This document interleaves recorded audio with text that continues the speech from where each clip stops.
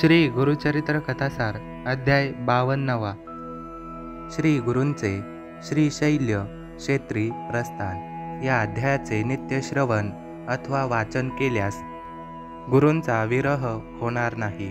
चला तर अशा या दिव्य अध्यायाला सुरुवात करूया. श्री गणेशाय नमः. सिद्ध म्हणाले, नामधारक श्री गुरु नृसिंह सरस्वती स्वामी महाराजांनी आपल्या शिष्यांना व भक्तांना ते श्रीशैल्य पर्वतावर जाऊन तिथेच गुप्तपणे राहणार असल्याचे सांगितले. मग सर्व तयारी करून ते शिष्यांसमवेत श्रीशैल्याकडे जाण्यास निघाले. तेव्हा यापुढे ते भेटणार नाहीत म्हणून सर्व लोकांना अतिशय दुःख झाले होते. ते सर्वजण त्यांना तिथेच राहण्याची आर्ततेने विनंती करू लागले. म्हणाले, स्वामी, तुम्हीच आमचे मायबाप, तुम्हीच आमचे सुखनिदान आणि तुम्हीच आमचे तारणहार आहात. आम्हाला सोडून जाऊ नका. तुम्ही गेल्यावर आम्ही कोणाच्या आश्रयास जावे. तेव्हा श्री गुरूंनी त्यांचे सांत्वन केले. म्हणाले, अहो, असे काय करता? तुम्हाला कुठेही जाण्याची गरज नाही. कारण मी लौकिकार्थाने प्रस्थान केलेले असले तरी सूक्ष्म रूपाने या गाणगापुरातच राहणार आहे. माझ्या प्रेमळ भक्तांना माझे दर्शन होईल. मी सकाळी कृष्णा नदीत स्नान करीन. पंचनदी संगमावरील औदुंबर वृक्षाखाली अनुष्ठान करीन. मध्यान्नी भीमा अमरजा संगमावर स्नान करीन. मग मठात येऊन तुमच्या पूजेचा स्वीकार करीन. माझ्या भक्तांकडे माझे अहोरात्र लक्ष असते. या माझ्या वचनावर तुम्ही पूर्ण निष्ठा ठेवा. संगमावर असलेल्या अश्वस्थ हा सर्व इच्छा पूर्ण करणारा कल्पवृक्षच आहे. त्याची पूजा करा. मी मठामध्ये माझ्या निर्गुण पादुका ठेवल्या आहेत. त्यांचीही पूजा करा. विघ्नहर चिंतामणींची पूजा करा. या पूजनरूपी सेवेने तुमच्या सर्व इष्ट मनोकामना पूर्ण होतील. तुमच्या चिंतांचे आणि कार्यातील विघ्नांचे निवारण होईल. अष्टतीर्थांची यात्रा करणारे मला विशेष प्रिय होतील. तुम्ही माझी त्रिकाल आरती करा. त्यानंतर सर्वांचा निरोप घेऊन श्री गुरु आपल्या शिष्यांसह मठातून बाहेर पडले. गावातील भक्तजन काही अंतरापर्यंत त्यांच्याबरोबर गेले. ते जेव्हा परत आले तेव्हा श्री गुरु मठातच आहे असे दिसले. तेव्हा त्यांना खूपच आश्चर्य वाटले आणि गुरुदेव इथेच आहेत याची खात्री पटली.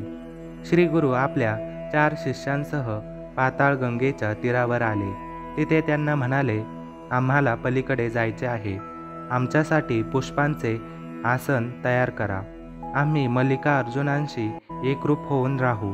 त्याप्रमाणे त्या शिष्यांनी शेवंती, कमळ, कल्हार अशी फुले केळीच्या पानात गुंडाळून आणली.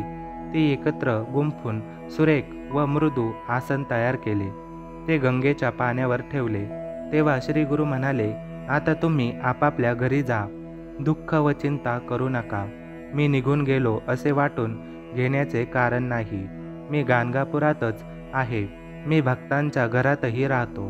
मी निजस्थानी जात आहे आणि तिथे पोचल्याची खूण म्हणून शेवंतीची फुले पाठवणार आहेत. ती प्रसाद म्हणून वाटून घ्या. जे माझी नित्यपूजा करतील त्यांच्या घरी लक्ष्मी अखंड वास करेल. मला गायन फार आवडते म्हणून जे माझे कवने गातील त्यांच्या घरी मी नित्य निवास करील. त्या भक्तांना आयुष्य, आरोग्य, संतती व संपत्ती प्राप्त होईल. जे माझे भक्त चरित्र श्रवण पठन करतील त्यांना सुखसमृद्धी व ऐश्वर्य प्राप्त होईल. त्या दिवशी गुरु कन्या राशीत होता. तिथी होती माघ कृष्ण प्रतिपदा. दिवस होता शुक्रवार. ऋतू होता शिशिर व संवत्सर होते बहुधान्य. श्री गुरूंनी शिष्यांना आशीर्वाद दिले. मग पुष्पासनावर बसून पैल तीराकडे निघाले आणि बघता बघता अदृश्य झाले. शिष्य चिंतामग्न होऊन तीरावरच थांबले होते. तेवढ्यात काही नावाडी नौकेतून आले. त्या शिष्यांनी त्यांच्याकडे चौकशी केली. ते म्हणाले, आम्ही तुमच्या गुरुदेवांना प्रवाहातून जाताना पाहिले. ते दंडधारी संन्यासी आहेत. ते म्हणाले, आमचे नाव नृसिंह सरस्वती आहे.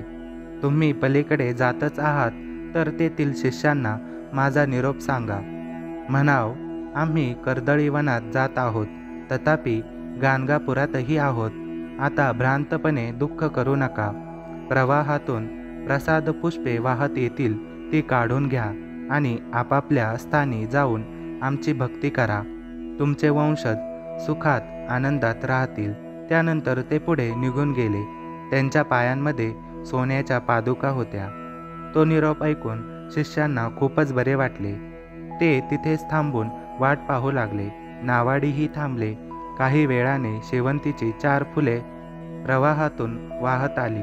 ती 4ही शिष्यांनी आदराने काढून घेतली. त्या फुलांना वंदन करताना त्या सर्वांची मने श्री गुरूंच्या प्रेमळ आठवणींनी भरून गेली होती व त्यांच्या डोळ्यांमध्ये अश्रू तरळत होते. श्री गुरूंच्या प्रस्थानाची कथा ऐकून नामधारकांचेही हृदय भरून आले होते. त्यांनी सिद्धांना विचारले, मुनी, तुम्ही सांगितलेले हे 4 शिष्य कोण? ते म्हणाले, नामधारक, श्री गुरूंचे अनेक शिष्य होते. त्यांच्याकडून संन्यास दीक्षा घेतलेल्या बाळकृष्ण सरस्वती, उपेंद्र माधव सरस्वती अशा सर्वांना त्यांनी तीर्थयात्रेस पाठवले. त्यांचे उपदेशप्राप्त काही शिष्य गृहस्थाश्रमात राहून सेवाभक्ती करत होते. श्री गुरूंच्या प्रयाणाच्या वेळी सायनदेव साखरे, कवीश्वर नाव दिलेले नंदी ब्राह्मण, कवी नरहरी आणि मी स्वतः असे 4 जण त्यांच्या समवेत गेलो होतो. आम्हीच ती प्रसाद पुष्पे काढून घेतली. ते पुष्प आजही माझ्याकडे आहे. मी त्याची नित्य पूजा करतो.